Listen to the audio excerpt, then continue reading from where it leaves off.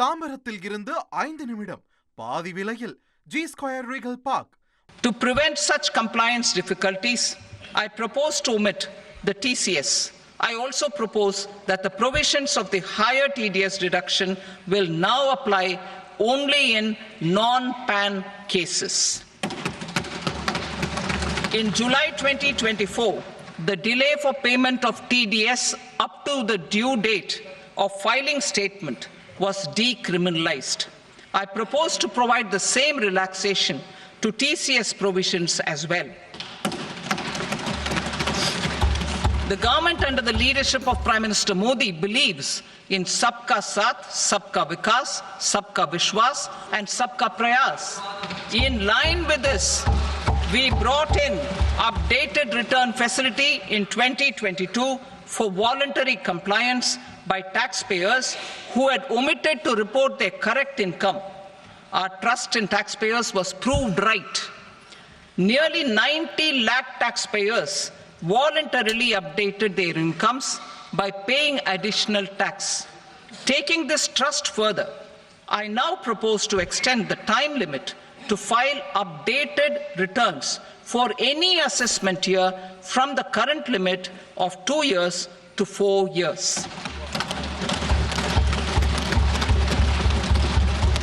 I propose to reduce the compliance burden for small charitable trusts and institutions by increasing their period of registration from 5 years to 10 years.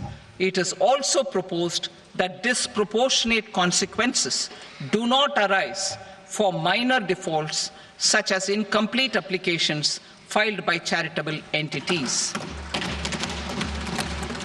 Presently, taxpayers can claim the annual value of self-occupied properties as nil only on the fulfillment of certain conditions. Considering the difficulties faced by taxpayers, it is proposed to allow the benefit of 2 such self-occupied properties without any condition.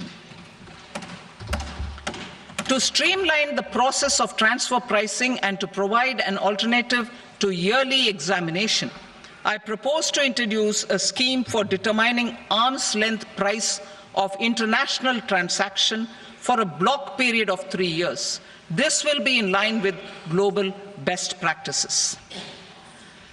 With a view to reduce litigation and provide certainty in international taxation, the scope of safe harbor rules is being expanded.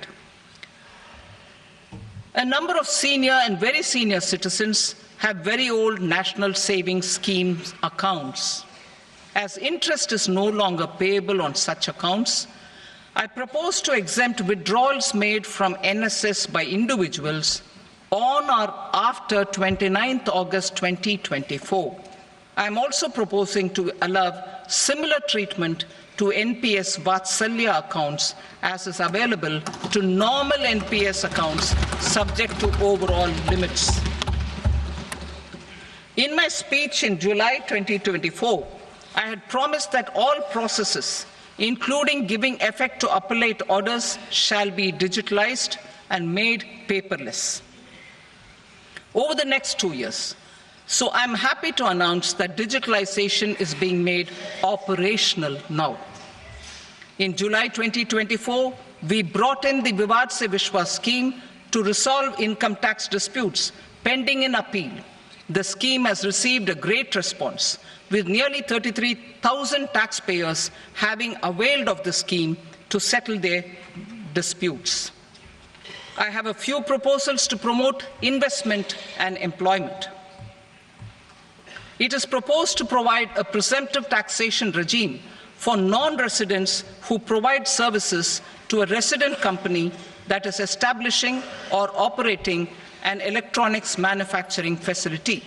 I further propose to introduce a safe harbor for tax certainty for non-residents who store components for supply to specified electronics manufacturing units.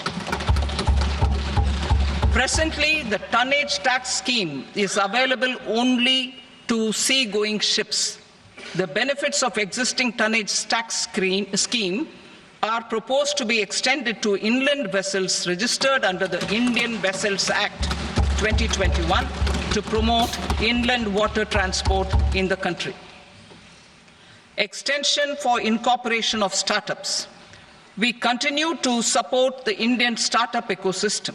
I propose to extend the period of incorporation by 5 years to allow the benefit available to startups which are incorporated before 1/4/2030.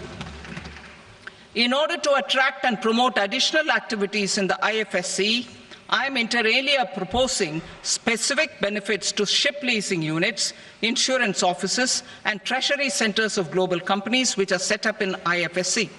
Further, to claim benefits, the cut-off date for commencement in IFSC has also been extended by 5 years to 31/3/2030. Category 1 and Category 2 AIFs are undertaking investments in infrastructure and other such sectors. I propose to provide certainty of taxation to these entities on the gains from securities. To promote funding from sovereign wealth funds and pension funds to the infrastructure sector, I propose to extend the date of making an investment by 5 more years up to 31st March 2030. தாம்பரத்தில் இருந்து 5 நிமிடம் பாதி விலையில் G Square Regal Park